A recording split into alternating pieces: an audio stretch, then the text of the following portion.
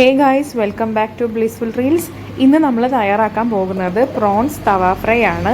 ആദ്യം തന്നെ നമുക്ക് അതിന് വേണ്ടിയിട്ടുള്ള മസാല തയ്യാറാക്കാം. അതിന് വേണ്ടിയിട്ട് ഞാനിവിടെ 5 കൊച്ചുള്ളിയാണ് യൂസ് ചെയ്യുന്നത്.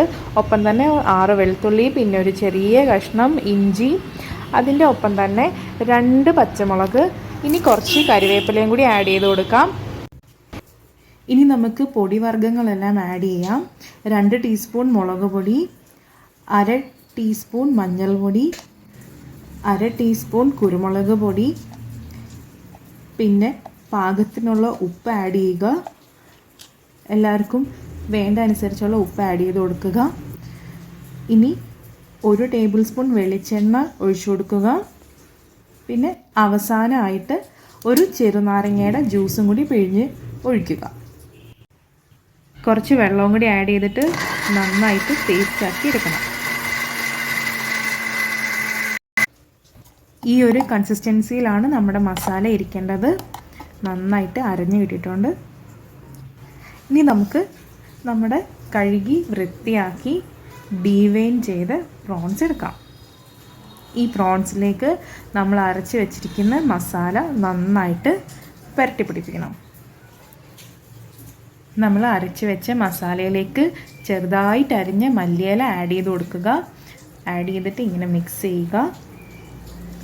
അതൊരു സ്പെഷ്യൽ ഫ്ലേവറാണ് ആഡ് ചെയ്യുന്നത്. ഇനി നമുക്ക് ഈ മസാല നമ്മുടെ പ്രോൺസിൽ നന്നായിട്ട് പുരട്ടി പിടിപ്പിക്കാം.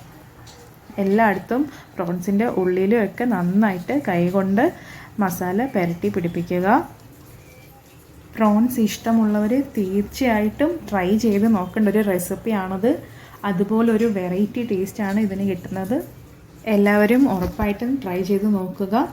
അങ്ങനെ നമ്മുടെ പ്രോൺസിൽ മസാല എല്ലാം പുരട്ടി വെച്ചിട്ടുണ്ട്. ഇനി നമുക്കിതൊരു അരമണിക്കൂർ ഫ്രിഡ്ജിൽ വെക്കാം. ഇനി നമുക്ക് ഇതുപോലത്തെ പച്ച ഇറുക്കിൽ 4 എണ്ണമാണ് വേണ്ടത്. പ്രോൺസ് ഓരോന്നായിട്ട് കോർക്കാനാണ് പച്ച ഇറുക്കിൽ യൂസ് ചെയ്യുന്നത്. ഇനി നമുക്ക് ഓരോ പ്രോൺസും ഇതുപോലെ കോർത്തെടുക്കാം. ഏത് സൈഡിൽ നിന്ന് വേണമെങ്കിലും കോർത്തെടുക്കാം. തലയുള്ള സൈഡിൽ നിന്നോ അല്ലെങ്കിൽ വാലിൻ്റെ സൈഡിൽ നിന്നോ ഏത് സൈഡിൽ നിന്ന് വേണമെങ്കിലും നമുക്ക് കോർത്തെടുക്കാം. അങ്ങനെ ഇതാ ഒരെണ്ണം കോർത്ത് കഴിഞ്ഞു. ഇതുപോലെ തന്നെ ബാക്കിയിരിക്കുന്ന പ്രോൺസും നമുക്ക് കോർത്തെടുക്കാം.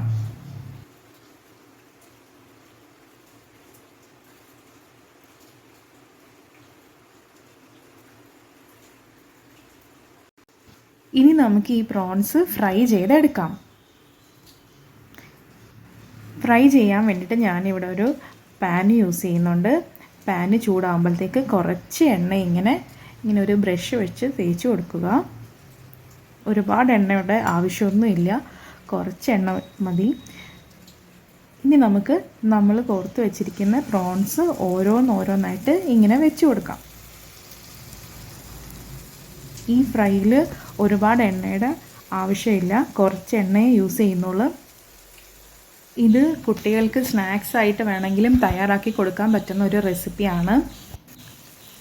ഇനി നമുക്ക് ഇതിൻ്റെ പുറത്തേക്ക് കുറച്ച് എണ്ണ ഇതുപോലെ കുറച്ച് തുള്ളി ആയിട്ട് ഇങ്ങനെ ആഡ് ചെയ്ത് കൊടുക്കണം. നമ്മളിത് തിരിച്ചിടുന്നതിൻ്റെ തൊട്ട് മുമ്പാണ് എണ്ണ ഇങ്ങനെ ആഡ് ചെയ്ത് കൊടുക്കേണ്ടത്. ഇനി നമുക്ക് ഓരോന്നായിട്ട് പ്രോൺസ് തിരിച്ചിടാം. ഓരോ സൈഡും 2 മിനിറ്റ് സമയമെടുത്ത് വേണം കുക്ക് ചെയ്യേണ്ടത്. അങ്ങനെ ഇതാ നമ്മുടെ പ്രോൺസിന് ഒരു ഗോൾഡൻ ബ്രൗൺ കളർ വരുന്നവരെ നമ്മൾ തിരിച്ചും മറിച്ചിട്ട് ഫ്രൈ ചെയ്തെടുത്തു. അങ്ങനെ നമ്മുടെ പ്രോൺസ് തവ ഫ്രൈ ഇവിടെ റെഡിയായി. എല്ലാവരും ട്രൈ ചെയ്ത് നോക്കുക. ട്രൈ ചെയ്ത് നോക്കിയിട്ട് ഫീഡ്ബാക്ക് അറിയിക്കാനും മറക്കരുത്. ചാനൽ എല്ലാവരും സബ്സ്ക്രൈബ് ചെയ്യുക. ഫ്രണ്ട്സിനും റിലേറ്റീവ്സിനും എല്ലാവരും വീഡിയോസ് എല്ലാം ഒന്ന് ഷെയർ ചെയ്യുക. പുതിയൊരു വീഡിയോ ആയിട്ട് അടുത്ത ആഴ്ച വീണ്ടും നമുക്ക് കാണാം. അതുവരെ എല്ലാവർക്കും ബൈ ബൈ.